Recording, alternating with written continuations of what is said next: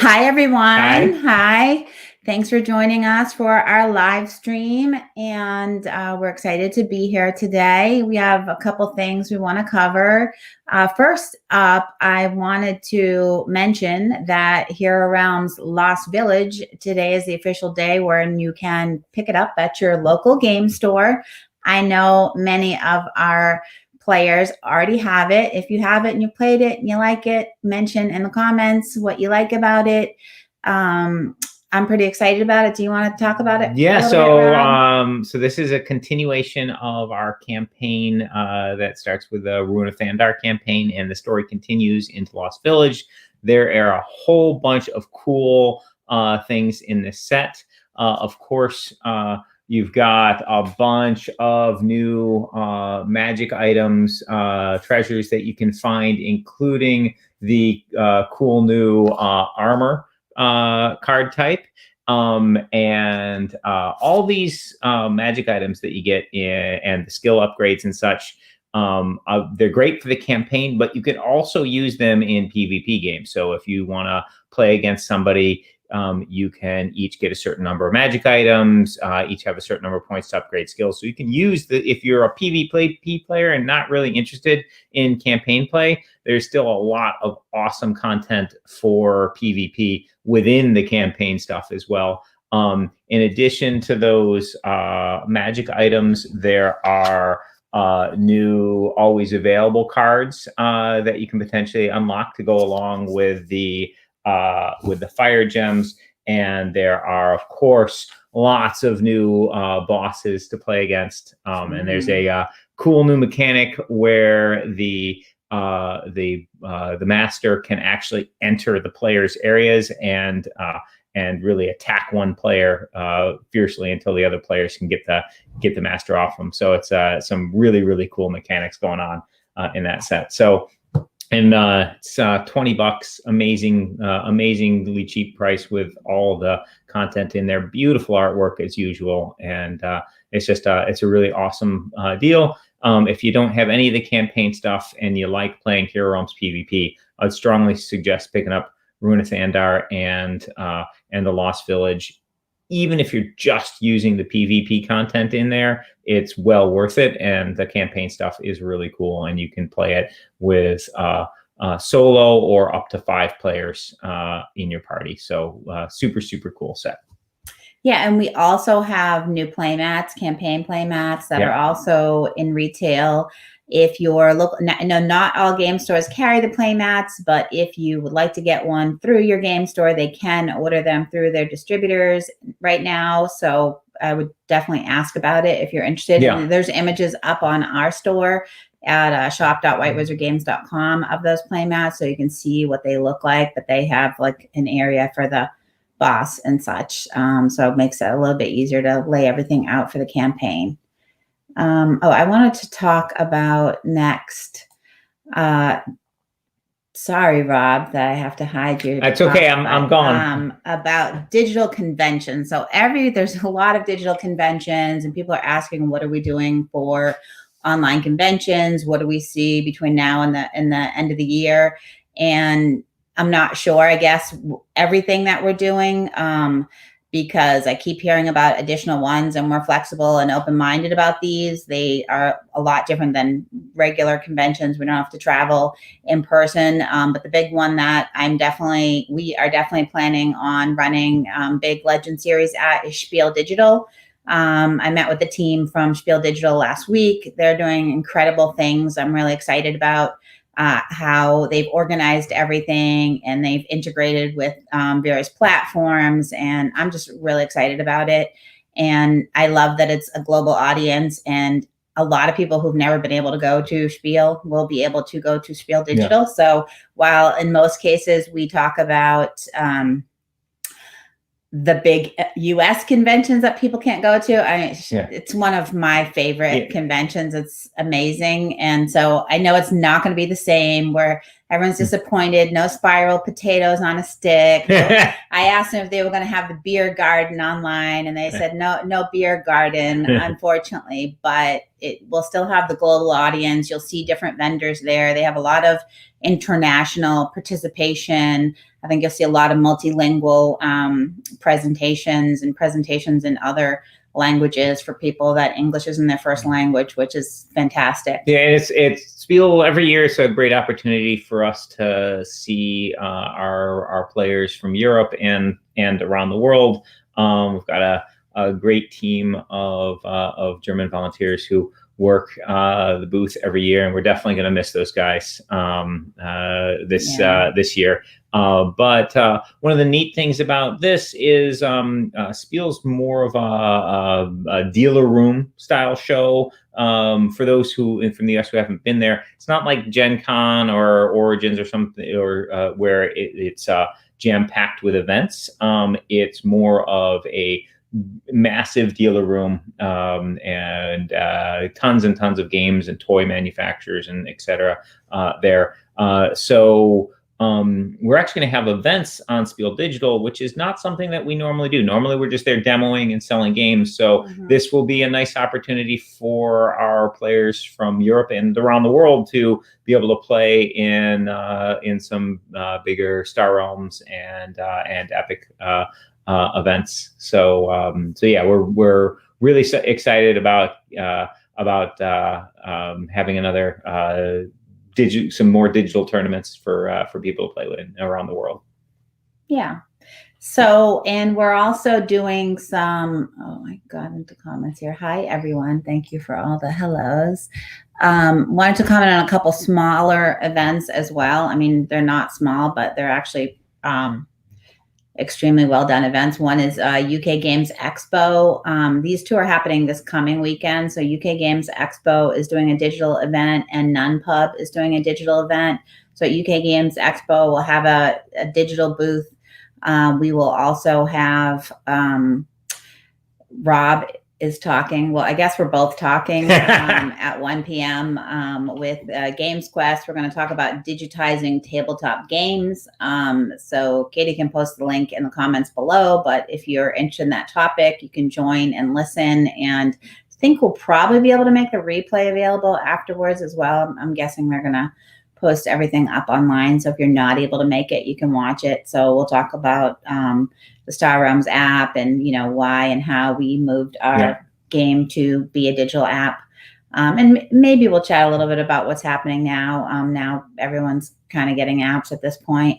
And then NunPub is also this weekend. Oh, that's at 1 p.m. Eastern time when we're doing the chat, by the way, on Saturday. And then in the evening, if you're a night person, from 9 p.m. to 11 p.m. at NunPub, we have a panel, Feedback Frenzy. It's similar Shark Tank style, again, with game designers will come and pitch their games. We, along with other publishers, there'll be Stephen Bonacore from Stronghold Games, Julie from Greenbrier, and Carla from Weird Draft Games will be giving feedback to the designer. So if you're curious about what it takes to put a game together and bring it to publishers and how that feedback works, I encourage you to check that out.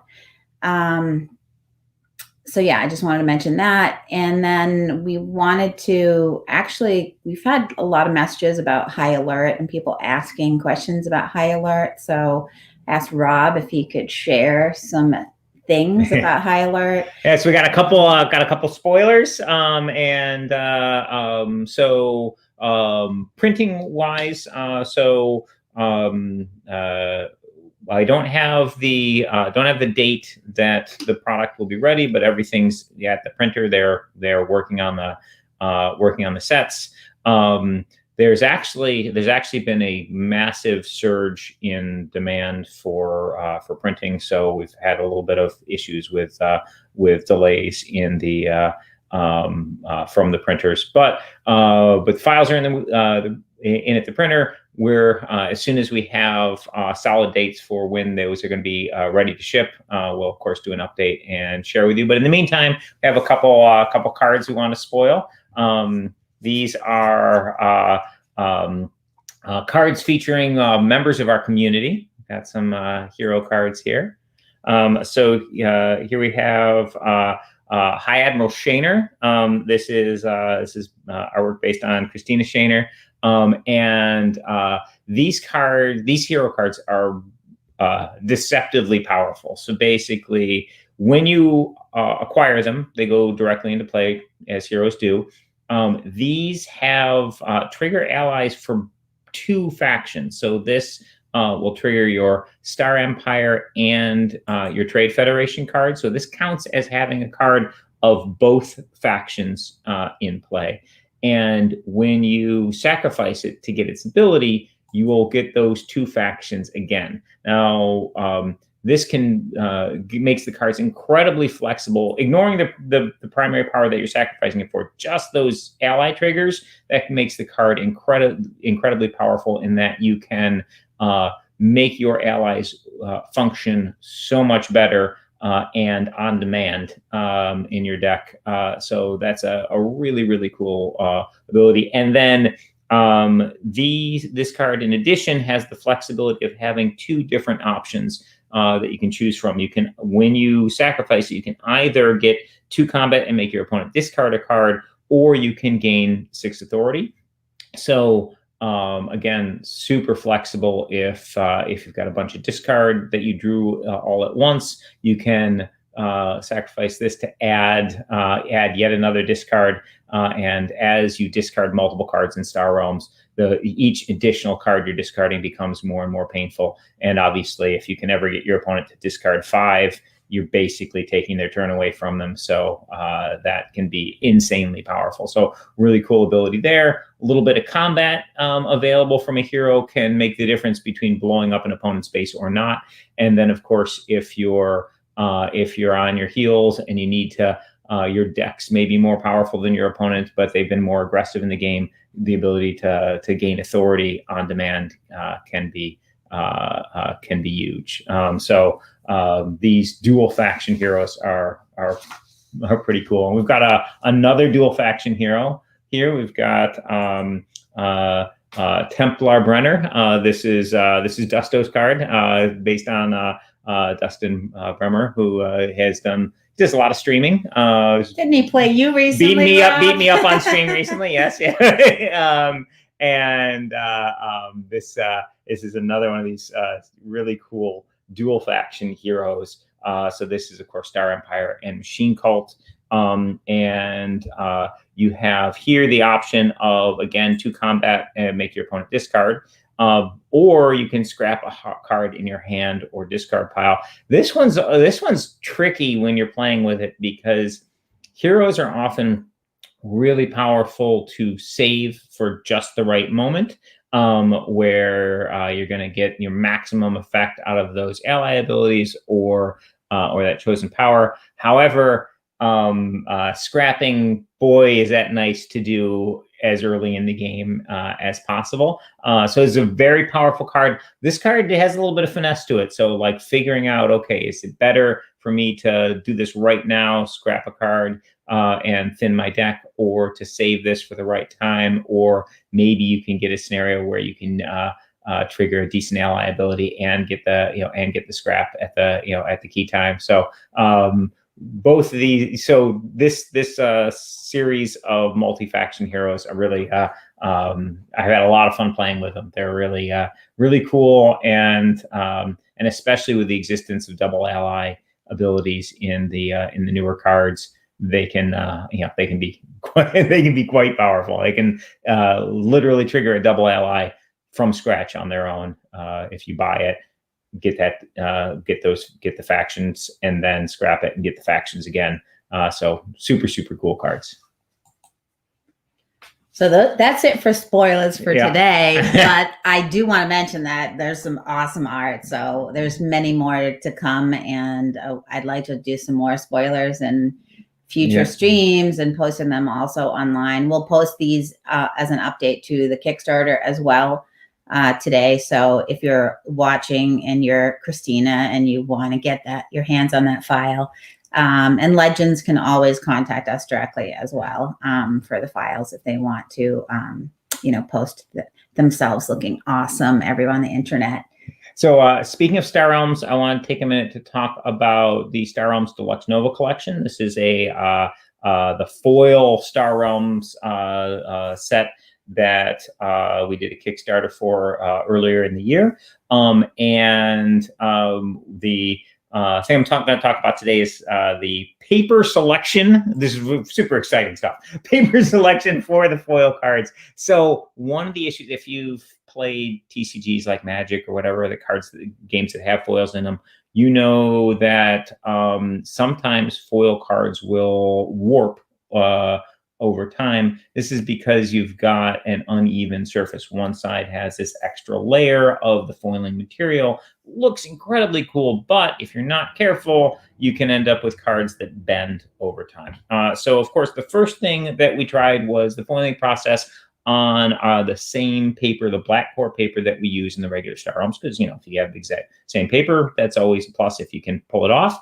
And we have here one of the cards that we did with that, but you can see over time, we got some very significant warpage on that. So that was obviously unacceptable. So we tried the Hero Realms paper, the Ivory core paper. It has a little bit thicker feel to it. So here's one of the foils there. And that one was a little bit better, but still had some warping. We weren't, much better, but not where we wanted to be. So then we tried a thicker, this 350 gram Ivory core, and as you can see, that one we are much happier with how it's holding up over time. And then, you know, just for the full comparison here, we've got, this was the original paper and the thicker Ivory core. So this is so basically we had the factory print a bunch of the same foil technique, but on different paper, so we could see what would hold up better over time. So we've selected our paper. We've got one that it was very, very high tech process. I had these cards laid out in my office just on top of the air conditioner for a long period of time to see how they would just hold up just in regular environmental conditions. And so that's the type of thing that we're doing to make sure that the product is as nice as it can possibly be. Of course, with any foil card, might have a little bit of warpage over time, but we're doing our best to select the best possible materials to make it to make the product as nice as it possibly can be. Also, we got Randy has been working hard with the printer trying to get we showed score dials a few episodes back, and Randy's been working with the printer to get those tightened up. A lot of pictures and videos back and forth of, oh, we don't like the wiggle on this, or we need to adjust the numbers in this way. So a lot of right now we're in a lot of back and forth fine tuning. Hoping to lock that down as soon as we can, so we can get to the mass production. But can't get there until we get all the things just right for everything's gotta be as perfect as we can make it. Let's see. We had a couple of questions. Someone asked if they missed Sorcerer updates. So go ahead. Just to let you know where we're at with Sorcerer. We're continuing to do the design and development. Peter has been working his tail off, and we actually have a ton of cool of updates. A little teaser here. Peter and I were talking about the aspect cards, the cards that you damage when you're playing against the boss, and we thought it would be we could do a better job sort of customizing those to the mission. So we've expanded the number of those that we're going to have, and we're actually having a few of those cards for every portion, every piece that goes into creating your nemesis. So the nemesis itself, the archetype, and the scenario will now each have their own little mini pack of those aspect cards. So when you're playing, you'll be grabbing, when you select out the nemesis scenario that you're playing, you will have a custom set of those aspect cards that go along directly with the mechanics of the nemesis itself, and then shuffle those up and get your selection from there.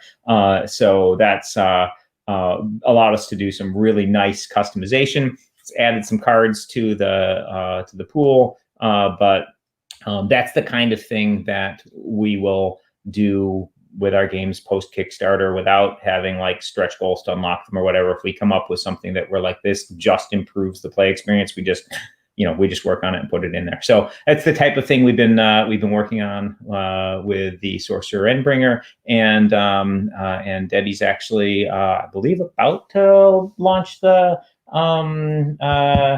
pledge manager for the Sorcerer Now tier. So if you back that one. Yeah, so that is for the backers that didn't have the original Sorcerer game and Kickstarter exclusive packs from the original Sorcerer Kickstarter, and that backed at the Sorcerer Now level, so that they would get the original content now and then get everything, the new stuff later. That pledge manager I expect it to go out tomorrow. We completed it. It's being reviewed by the pledge manager powers that be over at CrowdOx. They gave us a little bit of feedback. We'll be tweaking a couple of things, and I expect that will go out tomorrow. And, if you have any questions or issues with that, you can email support@whitewizardgames.com. And yeah, so we're excited about that. And we're, pre-building all those kits of the original content right now. So they'll be ready to ship out when we start that process. Yeah, so it takes. So we'll have a pledge manager open for. I think we said we'll have, once we put it out, it'll have for a week for people to fill it out. Then we give the data over to our fulfillment partners. They have to get stuff ready to ship overseas, and prepare packages in the U.S. So that process will take the fulfillment company a couple weeks to get everything ready. And then we can start shipping out. So we're working to get the Sorcerer Now product to people as quick as we can.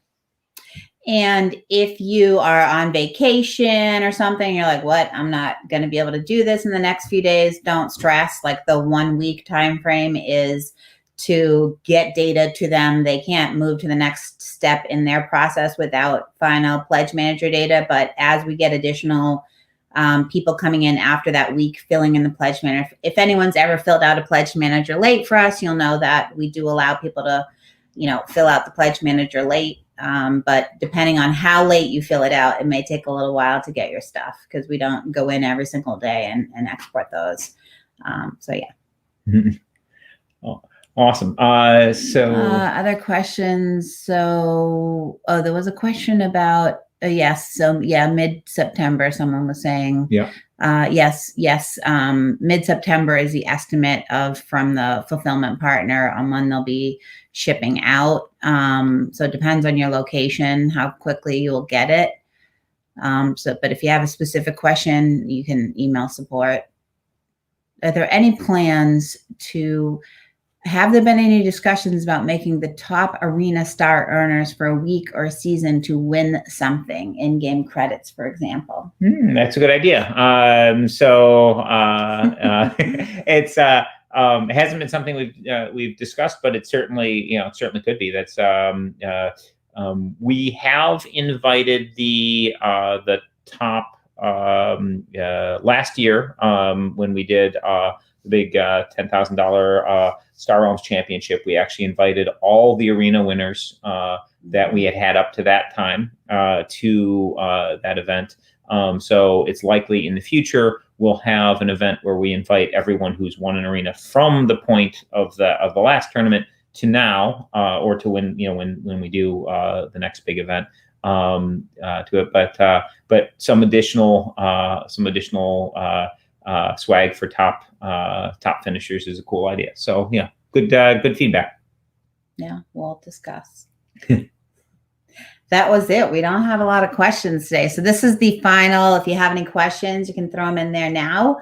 Otherwise, we're going to wrap up. So I know sometimes we get sort of questions in at the last second. While we're waiting, one other cool thing in the Lost Village set, you have 2 additional solo/co-op missions that you can play against. We've got Tibus and the Hydra. So those are these nice big oversized cards, and gives you some additional content in that's sort of outside the storyline of the campaign itself. All right. Larry says Kapow. I'm not sure if he's just saying hi. So Kapow is we've got a couple products coming to Kickstarter soon that we're working on, getting the final piece together. We've got Kapow, which is an awesome dice building superhero combat game. If for those who managed to get to PAX East or Essen, PAX Unplugged. Yeah, we had them at there, and of course, it was a big hit. Yes.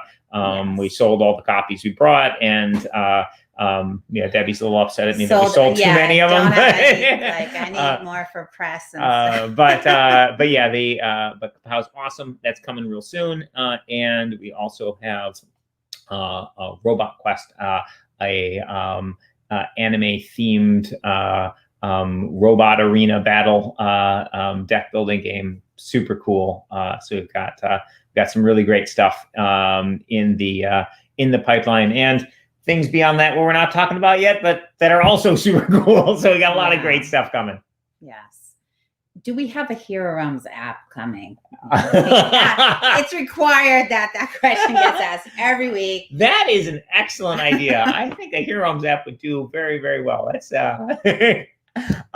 so we our team is working on some cool stuff for Hero Realms, but digital stuff takes a long time, so it's going to be a bit before we're ready to bring that out. Yeah. But it is looking very cool. All right, so I don't know what that means, but anyway, thank you everyone for joining. We will see you next Tuesday. And if you have any other questions, you can bring them next week. Thank you, everybody. Bye.